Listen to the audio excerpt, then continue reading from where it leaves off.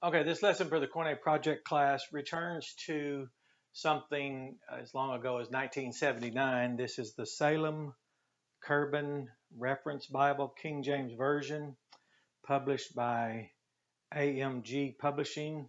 You can find these online, just, I suppose, as we would say today, Google it.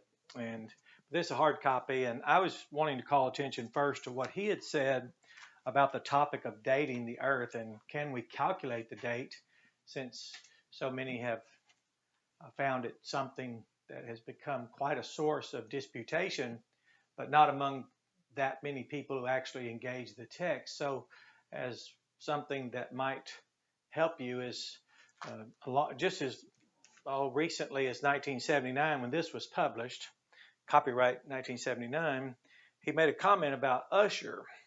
And he said the 4004 BC date, common to the margins of older Bibles, was the result of Archbishop Ussher's theoretical adding of 4 divine days, that's 4,000 years, to the time of the birth of Christ, 4 BC. It must be dismissed as unbiblical. And he makes references to Hebrews 11:3, John 1:1 through 5, Exodus 20:11. He says for the Bible's own commentary on these verses. So he says, go look at that.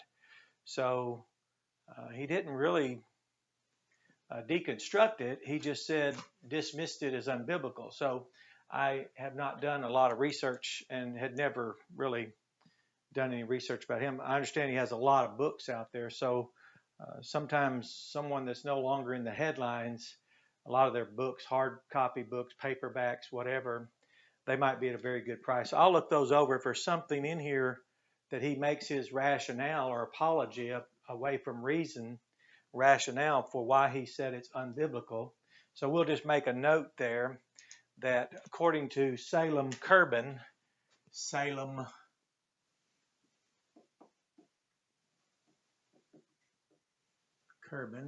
according to him, he said that Ussher used divine days, which apparently that's 1,000 years. And then B, he added 4 BC, birth of Christ.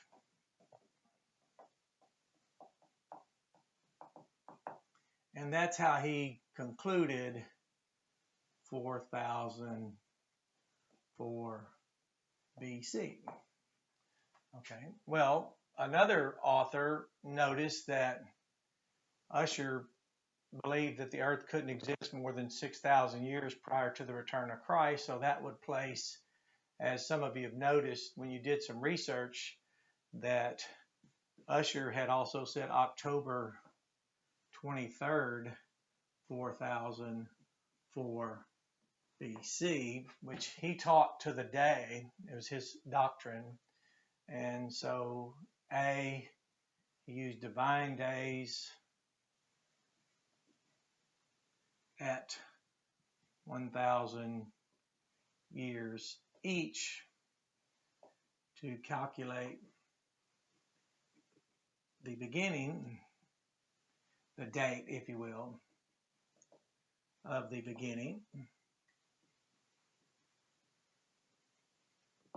And B, he said that the earth would not exist more than 6,000 years. So that would put us at October 23rd, 1996. So that's all I know about Ussher so far. And then what Salem Kirban said, he just dismissed it. So apparently as long ago or as recently as 1979, it could be easily dismissed by someone who was considered then a popular Christian writer, because one of his books, I think about the Mark of the Beast, had 500,000 copies sold long ago, even before 1979. So I don't know what that means for us in this class. I do know that if you are interested in, let's say, I was just speaking to someone about the word date, for example. If all Ussher did was just take 4 divine days to get 4000 BC, you could take this, that's 4, 1, 2, 5, and have a little bit of fun there and show that you can calculate the date by using numeric equivalents, as D is 4, A is 1, T is 20, E is 5. But remember our language, remember hermeneutics, historic holistic hermeneutics, the historical approach, the grammatical approach. Dr. John Penn of the seminary, he was more than aware of chiasmus, and you all remember that we talked about. And we want to find some way for an objective determinant, and chiasmus is a rhetorical or literary figure in which words, grammatical constructions, or concepts are repeated in reverse order in the same or modified form. Also, it says that this term began in the mid-17th century in the sense of crosswise arrangement, modern Latin from Greek chiasmos, from chiazen, marked with the letter chi, for example. And you remember that crosswise arrangement, that letter chi, for example, and we learned about the 1 day is 1,000 years, 1,000 years is a day. And that's how Dr. John Penn, he used a literary device. Now, this was just humor here. This, I don't have any background on this. This was just adding, and this is according to Divine Days, which some of you might want to research that. If you do, great, get back with me. I'll look it over eventually, and surely I'll come back with something. When I find out why he dismissed it, because he didn't just dismiss it, that is Salem Kirban, he actually said it was unbiblical. AMG is quite a scholarly, well-renowned organization for their scholarly work, so they're definitely not to be discredited. But you remember Dr. John Penn took the 6,250 that is often discussed today, the 6,000 years, and he took at 12 hours per day that Jesus said. Jesus used the word day meaning only 12 hours, not 24. And then we know we have 12 hours night. So he just took the 1 day as 1,000 years. Remember that chiasmus, crosswise, for example, and then 1,000 years as a day. So all this did was become 12,500 at 24 hours,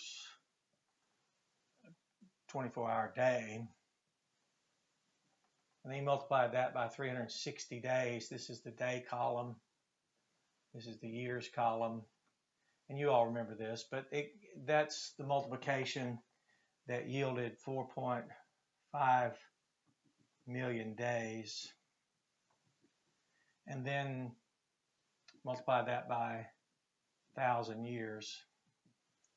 And all you had to do is just change the unit of measure from days to years, and then 4.5 billion. Now that was rather self-evident once you notice chiasmus, the literary device, the writing something in reverse order, because now we have 1 day to 1,000 years. But you remember, we also remembered that the inverse relationship of division was multiplication, so we took the multiplicative inverse.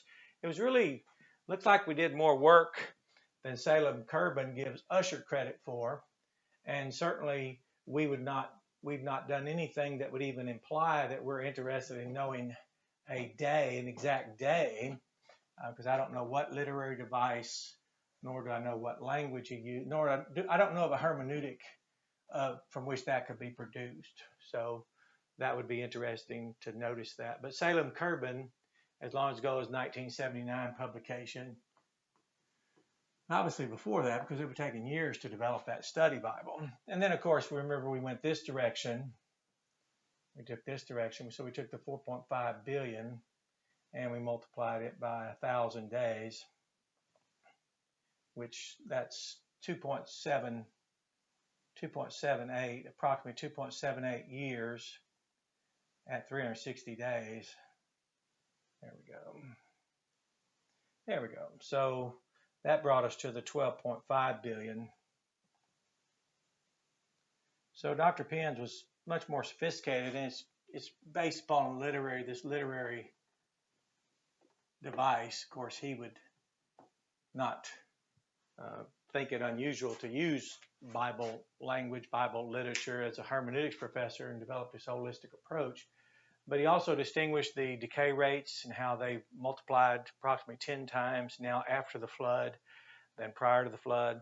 He also was quite impressed with the Bible and how accurate it is. This is just the English Bible now. He wasn't using any types of mysterious codes or anything like that. And of course, we learned that the letter Aleph, those of you that use your language, it means one and also 1,000. So there's much to this. I wouldn't know how to get there. So I'll be looking forward to learning more about that, because I really didn't spend time on that as research assistant. One of the research assistants for Dr. John Penn. I would collaborate, but really all he did here was write what everyone has available to us. And of course, knowing that in the dispute, people were talking about ranges from 6 to 20,000 years in the young Earth superordinate category, and the difference was 7,000. So the homework assignment was to begin with the difference between 6 and 7,000. So the assignment, we were just going to break it down at 250-year increments. So as soon as we did the very first one, it fell into place. So Dr. John Penn's work acknowledges the difference between accrued decay. Even this 2.78 is close to the compound interest rate, which for him would be the compound decay rate. As decay accrues in a compound, it compounds, and that's very close to Euler's E. So that was very interesting, but this was just because I'd come across this Bible and thought, well, wonder what was going on in 1979. And AMG, very well-renowned, famous publishers. I know Baptists have used a lot of Zod Hiatus. And anyway, that's enough. But this was just me being what I can't help but be, because I was curious, what does the word date, what's the value of our English word date even today? What would that be? So I just did that. And then I'd never read Divine Days. I didn't know Ussher supported divine days and not literal 24-hour days. And that must be like what we know in the Bible. Adam died immediately, that is, spiritually died, separated from God, but within a 1,000-year day, so that would be the divine day that Ussher supported. Then no one lived outside that 1,000-year, 969 Methuselah. So that's enough. That was just something to think about, and I'll put the link to the actual books that work it out on the imcornet.org and also at the Lamp Theological Institute. So you have a blessed day.